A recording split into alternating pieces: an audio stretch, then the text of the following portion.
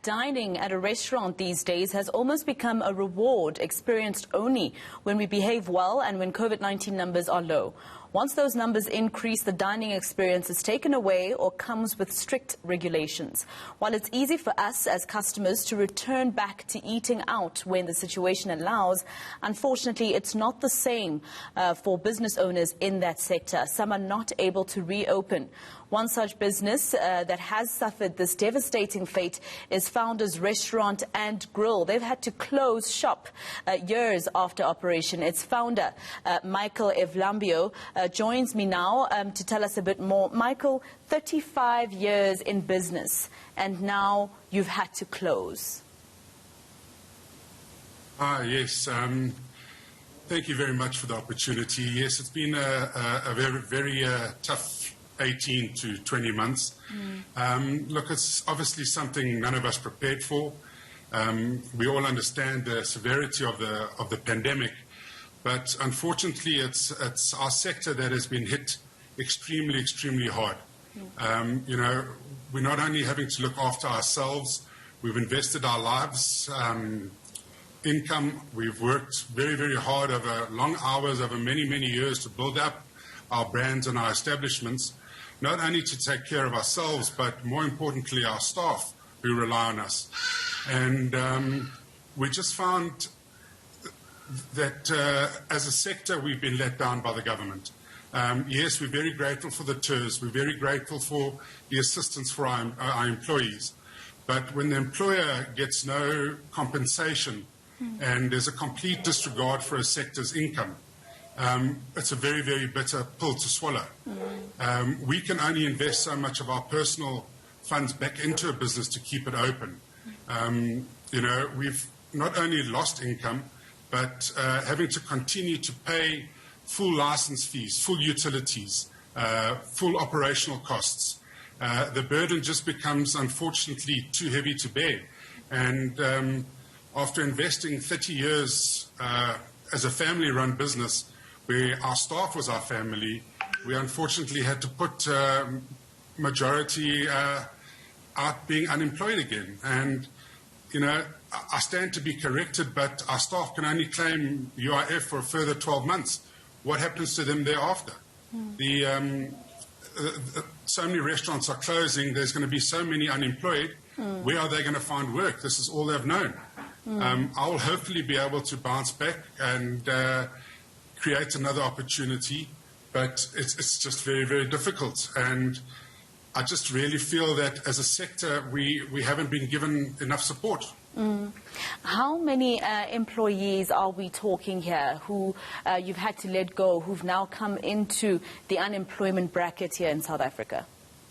Well, together with my permanent kitchen staff, managers and waitrons who've been affected the most, we, out of my business alone, my one restaurant, we're looking at over 40.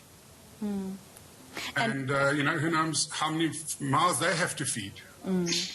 Exactly. So just to correct me if I'm wrong, do you only have one branch of this restaurant, or was it a few?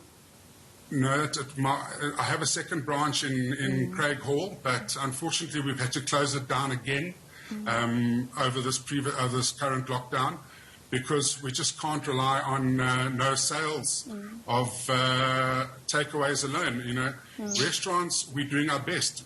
I believe we're a creative bunch, we're an enterprising bunch, and we do our absolute best to create an economy and create jobs for the country.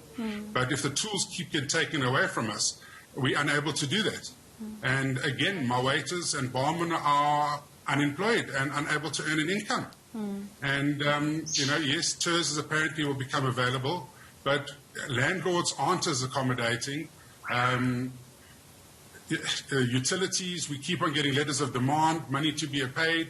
It just becomes, the stress levels just keep going up and up and becomes more and more difficult to trade and to keep our doors open. I honestly fear the worst is still to come in our industry. I was actually going to ask you to talk to me about that anxiety and, you know, some of the mental illnesses now that come up because of the situation, anxiety or any other mental illness situation. No, it's a real worry and a real concern. You know, as restaurateurs, it's in our DNA to create a happy and a safe environment for people to eat and to come and enjoy themselves. And for a restaurateur and for staff who do it out of passion, out of love, to sit there and look at an empty restaurant and just to see the bills just keep piling in, it's very, very difficult.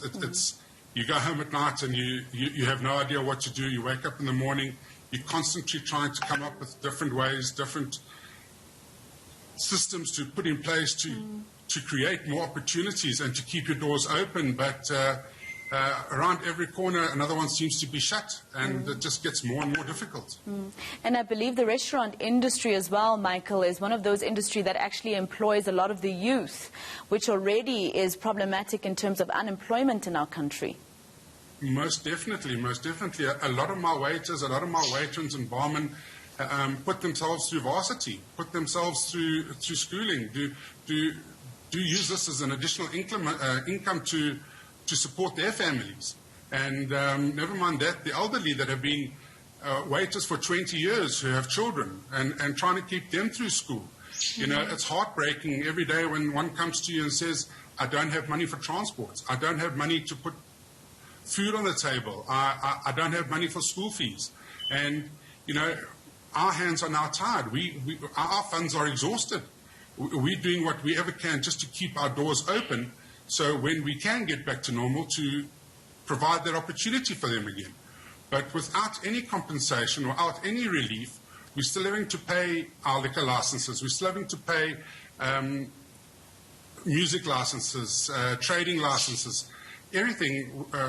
No rebate with regards to VAT or tax or skills development. You know, it's one thing taking away an income, but still having to make us pay on a monthly basis with no income just makes it more and more difficult to continue.